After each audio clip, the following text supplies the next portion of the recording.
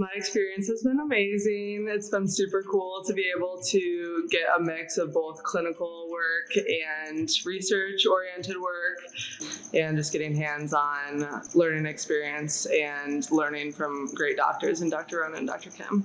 My research is regarding the risk factors for reproductive lesions in female callitrichids, which cotton-top tamarins are an example of.